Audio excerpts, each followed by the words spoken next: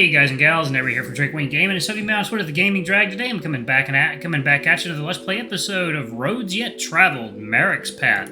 So y'all, let's go ahead and jump right back into it, shall we? Alarm chain, you are up, and let's go. Alright, he's even worried about hurting me with a cotton swab. I won't bring it up, but I hope he can tell it's appreciated. Okay, Doc, so I should just hold my mouth open? Like with? Oh, perfect, Rias. Let me just... He quickly unwraps one of the swabs and dabs it around my gums and under my tongue. Once complete, he stores the sample in a fluid-filled container. He was right about one thing. I think I'm gonna need some water after that. That should be enough for now. We still have some time until Merrick arrives. Let me see if I can manage a small presentation for you. Yes, I'd love to, but could you maybe grab me a glass of water first? Oh, of course, Rias. I did warn you, huh. Alright. Returning to my seat, I find that the projecting monitor is already set up this time, as it seems Doc has a better grip on how to run all the systems by himself now. That doesn't mean it's a flawless process, however, as it takes him some time to find the right files and pull them up, but when he does, lo and behold, it does work. Well, now that that's done, let me see what I can find for you today. You wanted to tell me about the station, yeah? The Icoroid 2? Right, that one. Huh, yes indeed. Let me see. Technical readouts aren't very interesting. Probably not worth talking about power consumption. I guess its history will have to be enough. And perhaps I can find some projects to talk about as well. Am I finally going to get some answers? At least about the station. Merrick is gonna have a conniption. Actually, speaking of, hey, Merrick, I'm totally happy that you want to tell me all this, but is Merrick gonna be okay with it? Officer Merrick has no say over what you are and aren't allowed to learn. And honestly, he needs to get over his little spat about all that. We can't have you getting lost or worse while here, and knowing more about the station would help. I swear, sometimes that Crane just... I can't imagine not knowing anything about your new I can't imagine not knowing anything about the station is making your situation easier. Anyways, most of what I will show you today is superficial. It's mostly about the history of the station rather than anything crucial to its function. I can find some maps for you when you are allowed to move around the station more freely. Anyways, I believe this is more than enough information for one day. Well, as you know, the Icoroid 2 is quite massive, as it can sustain upwards of 500 crew members easily. But the station itself is much, much larger. The crew only occupies about a third of the station, while the rest is for essential systems and machinery. It even has its own orbiting substations to help take care of any external issues. External issues? If any debris or other external materials, such as asteroids, were to be on course with the station, they'd help take care of that. Along with fixing any smaller issues on the outside of the station and spacewalk.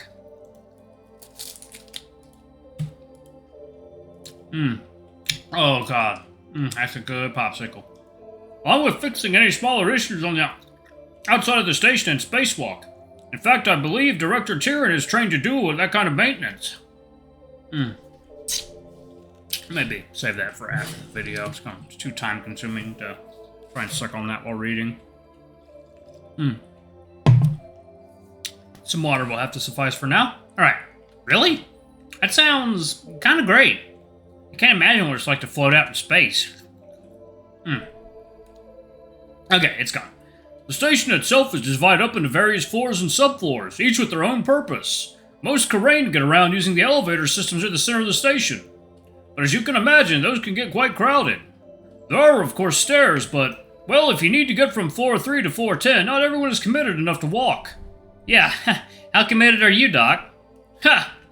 Be careful, Rias. I can arrange for you to have a room on the first floor, and last time I checked, you aren't allowed to take the elevators yet.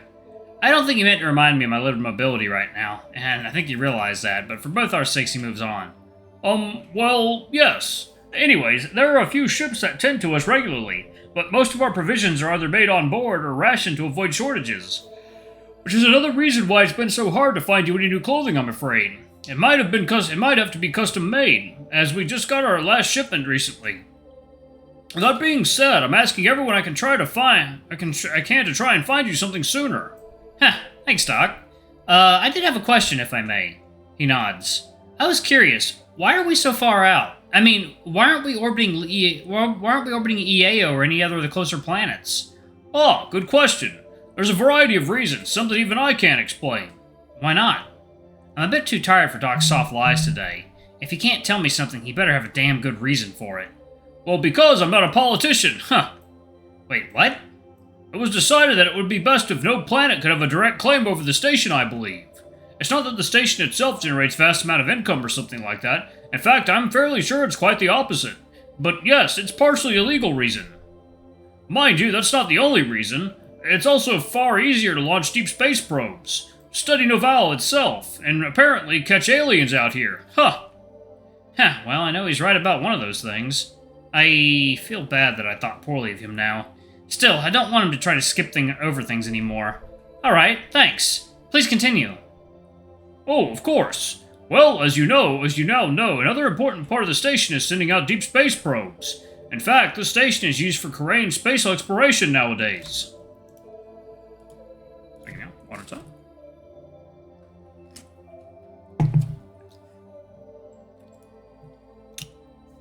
If a ship is going to another planet for any number of reasons, there's a good chance it will stop here at some point. Let me see, what else is there? Well... Yeah, Doc? Oh, it's just another technical document. Nothing interesting, I'm afraid. Why is he doing this? Making it so hard for me to trust him sometimes. What could he possibly be hiding that I'd be better off not knowing? Well, okay. I had another question, though, if you don't mind. Another nod. This is the Icaroid 2, yes? Correct. Was there an Icaroid 1? Was that it? Or is this some other fun fact he's decided to omit? Doc, please. Of course. That was a worrying pause. How bad could it have been? Maybe he just thinks it'll be too much. Either way, no more secrets, not if I can help it. Well, yes, you are correct. There was an Icaroid 1, and it was indeed the predecessor to this station. However, it wasn't built in the best of times. What? What does that mean? Well, the Icaroid 1 was a marvel of engineering still to this day. It was almost as big as the station, from what I've heard, even grander in design. It orbited Yeo in all its glory and could be seen from the surface at night. It was truly something to behold. But this was before artificial gravity was perfected and... Doc? I'm sorry, Rias. This might be too much for today. No. Tell me what happened. It happened before I was born, but I know it all too well. Everyone does. At first, people thought there was a meteor shower, and then a rare solar flare of some kind. But no, Icaroid 1 had fallen into a decaying orbit. It had passed the red line. Something had happened with the engines or the early anti-gravity tech, but nothing was working. The emergency thrusters burned up upon firing, communications were broken at best, and all people could see was rain. Sleek, fiery rain. Doc's eyes glaze over a bit as he finishes his sentence. His gaze becomes unfocused as he stares away towards some unseen light. I think that he might not have been protecting me from knowing about this, but rather, maybe he didn't want to remember. That's why we aren't orbiting a Yeo, isn't it? That's why we aren't orbiting a Yeo. I knew it. It takes him a minute to slowly regain his composure. His focus returns and he turns to me. I'm sorry, Rias. I thought that might be a bit much for today. It does have a happy ending, though. It does? Yes. After that, Ieo and Urium came together to create this station, and using what they learned, they made it better. Much better, trust me. Although, I wouldn't have minded if they made it a bit prettier at times, huh? It is a bit gray, isn't it? It's great if you like the repetitive hallways, yes. But yes, let me... Beep, beep, beep. We both jump as Doc pulls out his monitor and starts reading something on the small screen. I thought he had that thing on silent. Oh, excuse me, Rias. You'll be happy to know that Merrick is on his way with dinner. Excuse me? It seems like this might be a good stopping point for the night. Again? That's nice of him. I thought he was only bringing us lunch. Yeah, I think that was enough for today. Fortunately for my stomach, it turns out on the way for Merrick means already arriving, as a few moments later there were some aggressive knocks on the door. Ooh, I love this jacket.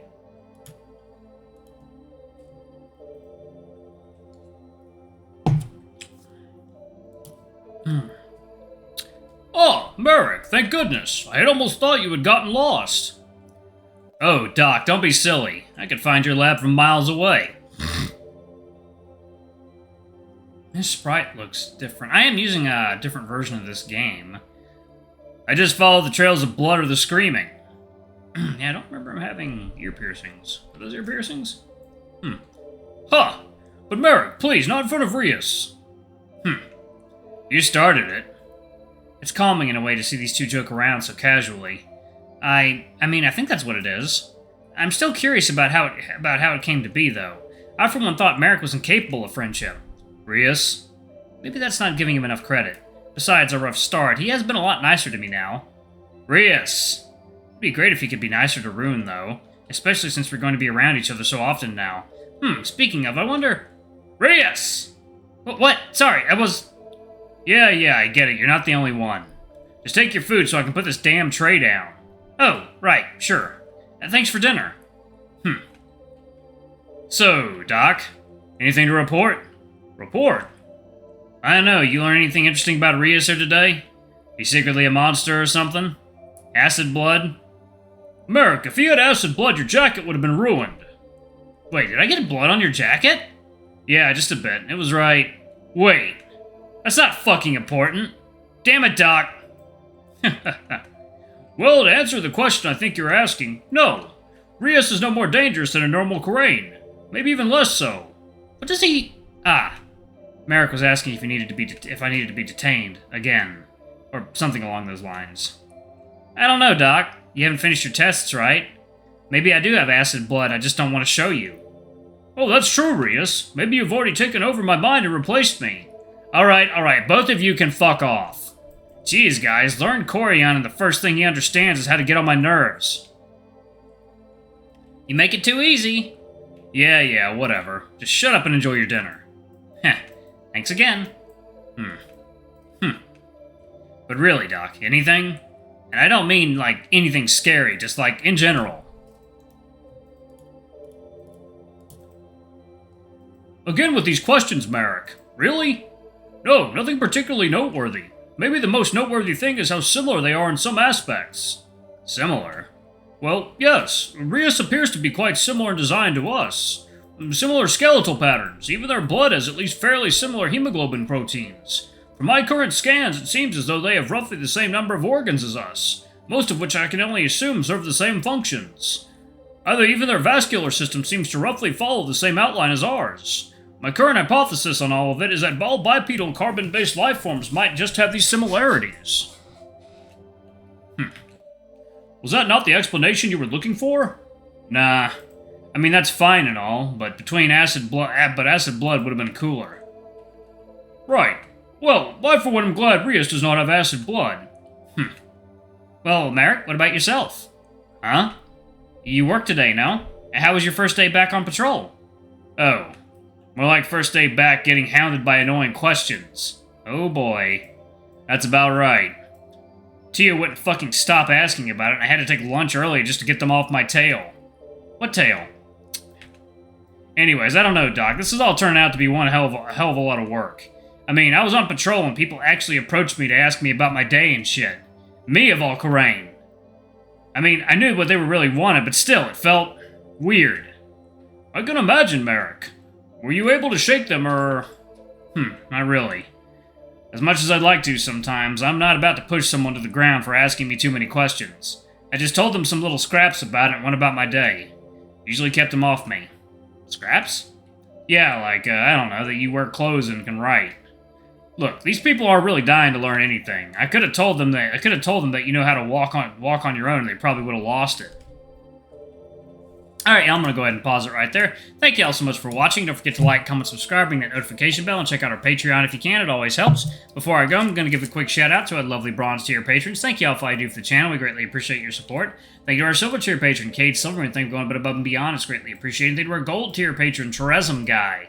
You're awesome. We love you. Thank you for subbing to our ultimate tier. Anyway, if y'all want to get your names in the credits, get access to all of our not safe for work content as little as $5. Alrighty, I love you all, and I'll see y'all in the next video. Bye-bye!